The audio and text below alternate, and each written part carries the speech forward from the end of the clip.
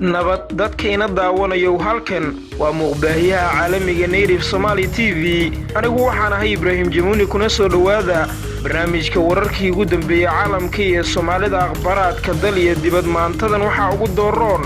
taliyaha xoog oo abaabul dagaal ka wada magaalada Tanbeledweyne Rooble iyo midowga musharaxiinta oo maanta mar kale kulmaya Soomaali ku geeriyootay doon la degatay iyo Museveni iyo Al-Buhari oo kulan ku yeeshay Tebe akhbaraadkaasi iyo kuwa kale oo xiiso badan ayaa idinkugu haynaa warkayaga Native Somali TV maalinimadu waa Khamiis taariikhdu milaadiga ku beegan tahay 4 bisha Maaj sanadka 2021 kuna soo dhawaada akhbaraadkii oo fidsan ugu horreynaa inuu ku bilownay taliyaha xoog oo abaabul dagaal ka wada gudaha magaalada Beledweyne taliyaha ciidamada xoogga dalka Soomaaliya General Oduwa Yusuf Raage oo uu helinayo taliyaha AMISOM ayaa kormeeray xarunta AMISOM ee Sector 4 ay ku leeyihiin magaalada Beledweyne ee gobolka Hiiraan ujeedka kormeerka ayaa ahaa xog waraysi oo la yeeshay saraakiisha ciidamada xoogga dalka ee ka howlgala gobolka Hiiraan iyo sidii loo dardargelin lahaa howlgallada lagula dagaalamayo Al-Shabaab kuwa oo iska kaashanayaan ciidamada xoogga dalka iyo kuwa AMISOM taliyaha ciidamada xoogga dalka Soomaaliya General Oduwa Yusuf Raage ayaa ciidamada xoogga dalka ku booriyay howlgalladii ugu dambeeyay ee ay ka fuliyeen qaybo kamid ah gobolka waxaana uu kula dardaarmay in ay laba jibaaraan howlgallada ka dhanka Al-Shabaab isagoo dhanka kale xarunta AMISOM kula kulmay ciidamada nabad ilaalinta midowga Afrika AMISOM ee ku sugan magaalada Beledweyne dhinaca kale kulankii madaxweyne Farmaajo ku baaqay oo laga cabsi qabo inuu mar kale dib u dhaco markii saddexaad ayaa laga cabsi qabaa inuu baaqdo kulanka madaxweynaha Jamhuuriyadda Federaalka Soomaaliya Mudane Maxamed Cabdullaahi Farmaajo isugu yeeray madaxda maamul goboleedyada dalka maamulka Jubbaland iyo Puntland ayaa qoraallo ay soo saareen ku qaadacay kulankaasi waxa aynu ku baaqeen in kulan kasta oo ku saabsan arrimaha doorashooyinka lagu qabto meel amni ah iyadoo maamulka Puntland ay si gaar ah u dalbatay garoonka Aadan Cadde maanta oo Khamiis ah ayaa la qorsheynayay in uu qabsoomo hase yeeshee madaxweynayaasha Puntland iyo Jubbaland ayaan weli soo gaarin magaalada Muqdisho halka madaxweynayaasha Galmudug iyo Koonfur Galbeed ay ku sugan yihiin dalka Turkiga dowladda Soomaaliya ayaa weli ka jawaabin dalabka madaxweynayaasha Puntland iyo Jubbaland ee ah in munaasabada lagu saxiixayo heshiiskii guddiyadii ku shiray Baydhabo ay gaareen in lagu qabto meel ammaan ah beesha caalamka ayaa madaxda dowladda iyo kuwa dowlad goboleedyada waxay ku cadaadinaysaa sidii ay u kulmi lahaayeen isla markaana heshiis rasmi ah looga gaari lahaa doorashooyinka Soomaaliya oo weli muran aad u ballaaran ka taagan yahay Rooble iyo midowga murashaxiinta oo maanta mar kale kulmaya maanta oo Khamiis ayaa waxaa la filayaa gelinka dambe in mar kale ay magaalada Muqdisho kulan ku yeeshaan ra'iisul wasaaraha xukuumadda federaalka Soomaaliya Mudane Maxamed Xuseen Rooble iyo xubnaha midowga murashaxiinta mucaaradka kulankan oo noqonaya kii saddexaad ayaa waxaa looga hadlayaa waxyaabihii ka hirgalay heshiiskii ay dhowaan wada gaareen si gaar ah waxyaabaha ka soo kordhay baaritaanka dhacdadii 19 bishii Febraayo sidoo kale ra'iisul wasaaraha xukuumadda federaalka Soomaaliya iyo midowga musharaxiinta ayaa ka wada hadlaya qabsoomidda banaanbaxa murashaxiinta ee ay ku yeelanayaan taalada daljirka Dahsoon iyo doorka ay ku yeelanayso xukuumadda Soomaaliya shirkii ugu dambeeyay ee ra'iisul wasaaraha xukuumadda federaalka Soomaaliya iyo midowga murashaxiinta ayaa waxa ay ku gaareen wada hadallo wanaagsan hase yeeshee murashaxiinta ayaa sheegay in wada hadallada uu caqabadaynayo madaxweynaha Jamhuuriyadda Federaalka Soomaaliya Mudane Maxamed Cabdullaahi Farmaajo geesta kale Soomaali ku geeriyootay doon la degatay doontani oo ka baxday dalka Djibouti ayaa waxa ay ku degtay xeebta waqooyi ee dalkaasi Djibouti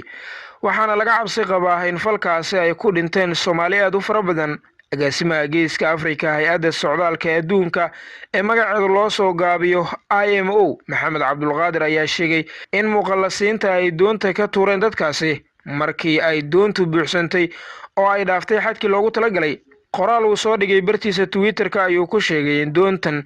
oo ku wajahnay dalka Yemen ay saarnaayeen 80 ruux hase yeeshee la laayahay 20 ka mid ah dadkaasi afhayeenka IMO Yvonne Negida ayaa wakaaladda wararka ee Turkiga Anadolu Agency u sheegay in la helay meedadka 5 ruux oo ka mid ah dadka ay doonta kula degatay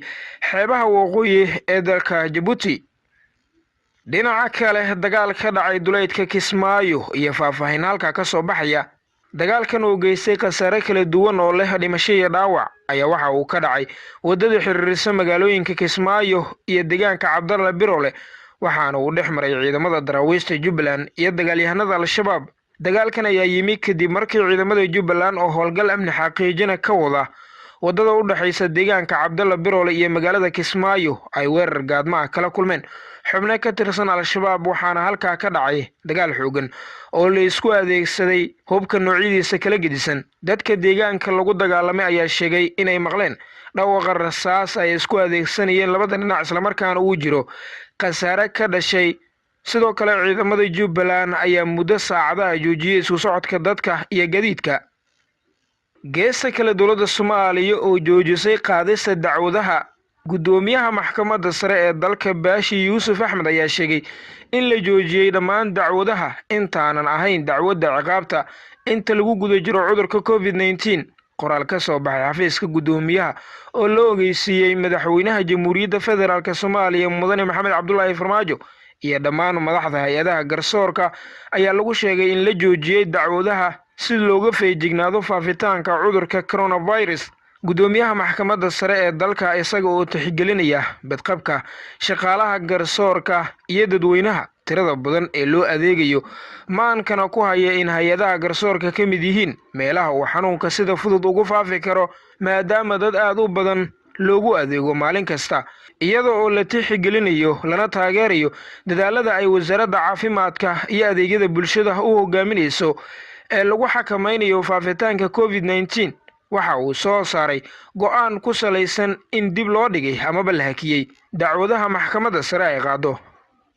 midowga Afrika oo baaq ka soo saaray khilaafka doorasho ee Soomaaliya. golaha nabadda iyo amniga ee midowga Afrika AU ayaa ugu baaqay dowladaha xubnaha ka ah inay hubiyaan xaaladaha nabadgelyada iyo in ay qabanayaan doorashooyin inta lagu guda jiro safmareenka halista ee coronavirus. inta uu socday kulankoodii ugu dambeeyay golahu waxa uu isdul taagay doorashooyinka ka dhaca guud ahaan Afrika muddadii u dhaxaysay July ilaa iyo December 2020 iyo kuwa la qaban doono inta lagu guda jiro rubaca hore ee sanada 2021 sida ay Arbacadii wariyeen wakaaladda wararka ee Xinhua oo soo xigatay bayaan uu soo saaray ururka. Burkina Faso, Jamhuuriyadda Afrikada Dhexe, Cote d'Ivoire, Ghana, Guinea, Niger, Tanzania iyo Uganda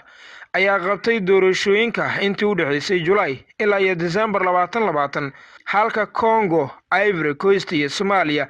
ay galayaan doorashooyin inta lagu guda jiro rubaca hore ee sanadkan. golahu waxa uu mar kale ku celiyay muhiimadda ay leedahay wadahadallada wadamada xubnaha ka ah midowga Afrika ay go'aansadaan in loo dhaqaaqo qabanqaabada doorashooyinka si loo hubiyo ammaanka iyo amniga dadweynaha ee ka hortagga aafada. dhinaca kale Museveni al-Buhari oo kulan ku yeeshay Entebbe madaxa golaha ku meel gaarka ah ee hay'adda talada dalkaasi Suudaan General Cabdulfataax al-Burhani waxa uu kulan la qaatay madaxweynaha dalka Uganda Yoweri Museveni. kulanka oo ka dhacay qasriga madaxtooyada Uganda ee Entebbe waxa ay labada hogaamiye ka wada hadleen xiriirka wadajir ee labada dal, iskaashiga arrimaha siyaasadda, ammaanka dhaqaalaha iyo xaaladii ugu dambeeyay ee mandiqada. kulankaasi kadib qoraal uu madaxweynaha dalkaasi Uganda Yoweri Museveni soo dhigay bartiisa Twitter-ka waxa uu ku sheegay inuu la kulmay General Cabdulfataax al-Burhani oo ah madaxa military ee sida ku meel gaarka ah u haya talada dalka Suudaan. labadeena wadan waxa ay sii wadi doonaan inay ka shaqeeyaan xoojinta siyaasadeed, ganacsiga, xiriirka dhaqaalaha iyo weliba taageerida dalalka nabadda ee Suudaan ayaa lagu yiri qoraalkan. gunti iyo gabagabadii cabsi ka taagan xarunta baarlamaanka Mareykanka. ammaanka xarunta baarlamaanka Mareykanka ee loo yaqaan US Capitol ayaa aad loo adkeeyay kadib markii la helay warar sheegaya in Khamiista maanta ah xoog lagu soo gali karo sida ay sheegeen booliska. talaabadan ayaa ka dhalatay kadib markii ay sirdoonka ka war heleen hanjabaad ka timid urur hubeysan sida lagu sheegay war ka soo baxay booliska. laamaha ammaanka ayaa sheegay inay isu diyaarinayaan khatar kasta oo ka dhan ah xubnaha Koongareeska. golaha wakiilada ee Mareykanka ayaa baajiyay kulan uu maanta lahaa kadib markii lagu wargeliyay khataraha jira. hase yeeshee waxaa maanta kulankiisa qabsanaya aqalka sanadka si uu ugu doodo hindis sharciyeed uu madaxweyne Biden lacag dhan $1.9 trilyan uu wax uga qabanayo cudurka safmarka ee COVID-19. saaxiibada qiimaha badan guud ahaan waa inaga inta warkii oo aad kala socoteen muuqbaahiyaha caalamiga Native Somali TV. anigu waxaan ahay Ibrahim Jamuni. tan iyo warkankiisa xiga nooli kulante nabaday.